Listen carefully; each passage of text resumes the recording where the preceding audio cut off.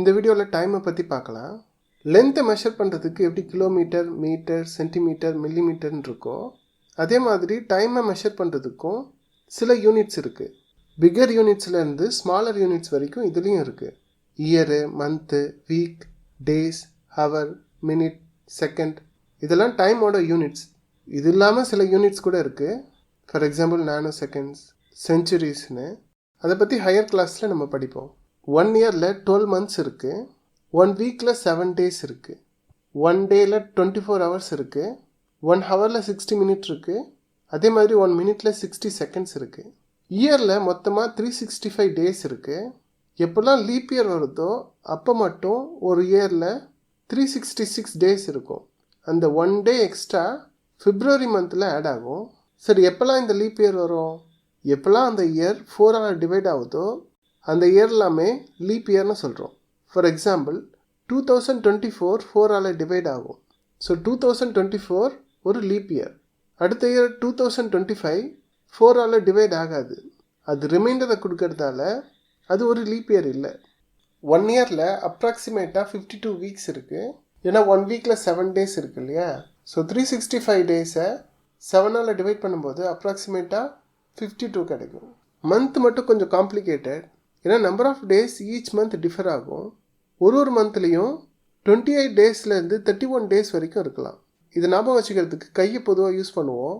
மேடு இருந்துச்சுன்னா 31, பள்ளம் இருந்துச்சுன்னா 30, பிப்ரவரிக்கு மட்டும் 28 or 29 இருக்கும்.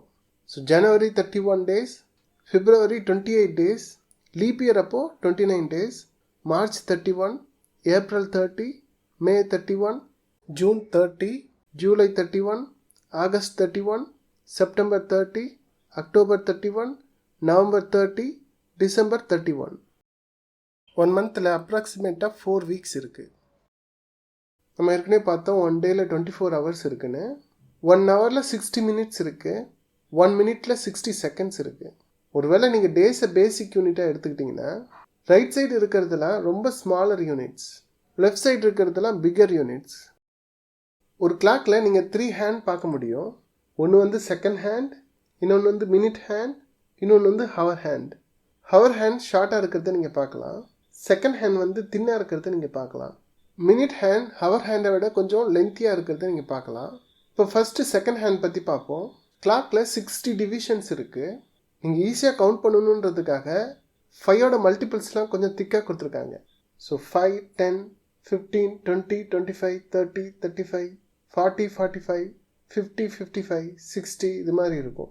அந்த செகண்ட் ஹேண்ட் ஃபுல் சைக்கிள் போச்சுன்னா 60 seconds கம்ப்ளீட் ஆகிடுச்சின்னு அர்த்தம். அப்படின்னா அது 1 minute. இன்னொரு சைக்கிள் கம்ப்ளீட் பண்ணிச்சுன்னா 2 minutes. இதை ஐடென்டிஃபை பண்ணுறதுக்கு மினிட் ஹேண்டும் கொடுக்கப்பட்டிருக்கு. செகண்ட் ஹேண்ட் ஒரு ஃபுல் சைக்கிள் போகும்போது மினிட் ஹேண்ட் ஒரு டிவிஷன் மூவ் ஆகுது. இது மாதிரியே செகண்ட் ஹேண்ட் ஒவ்வொரு ஃபுல் சைக்கிள் மூவ் ஆகும்போதும் மினிட் ஹேண்ட் ஒவ்வொரு மினிட்டாக மூவ் ஆகுது. மினிட் ஹேண்ட் ஒரு சைக்கிளை கம்ப்ளீட் பண்ணும்போது, அதாவது 60 division கம்ப்ளீட் பண்ணும்போது அது 1 hour ஆகிடுது. இதை டினோட் பண்ணுறதுக்கு தான் ஹவர் ஹேண்ட் இருக்குது. ஆனால் 1 டேயில் 60 hours இல்லை இல்லையா?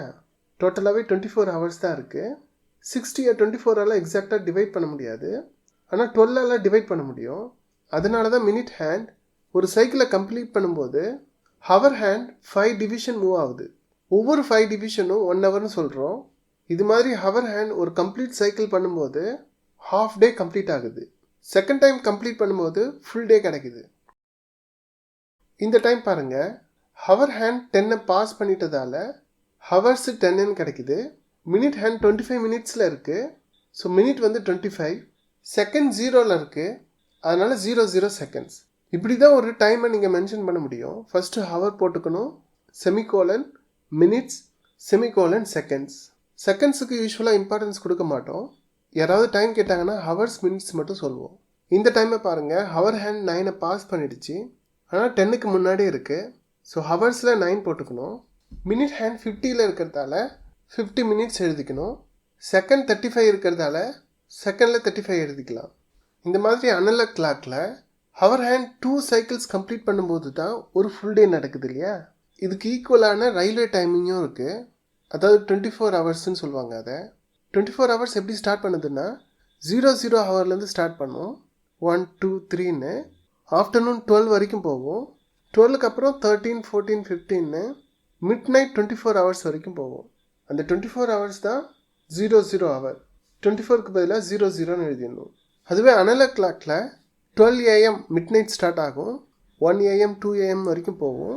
இது எல்லாமே மார்னிங், அதாவது மிட் நைட்லேருந்து மார்னிங் வழியாக ஆஃப்டர்நூன் வரைக்கும் போகும். 11 AMக்கு அப்புறம் 12 PMன்னு எழுதுவோம். 12 PM தான் ஆஃப்டர்நூன். அப்புறம் 1 PM 2 PMன்னு 11 PM வரைக்கும் போகும். அகெயின் 12 AMல மறுபடியும் ஜாயின் ஆகும். இதோட கன்வர்ஷனும் அடிக்கடி கேட்பாங்க. 24 ஹவர்ஸும் 12 ஹவர்ஸும் ஆஃப்டர்நூன் வரைக்கும் ஈக்குவலாக இருக்கிறத நீங்கள் பார்க்கலாம். ஆஃப்டர்நூனுக்கு மேலே தான் டிஃபர் ஆகுது. இப்போ 5 PMக்கு ஈக்குவலான 24 ஹவர்ஸ் கேட்குறாங்கன்னா நீங்கள் 12ல் 5ஓட ஆட் பண்ணணும், 17 ஹவர்ஸ்ன்னு கிடைக்கும்.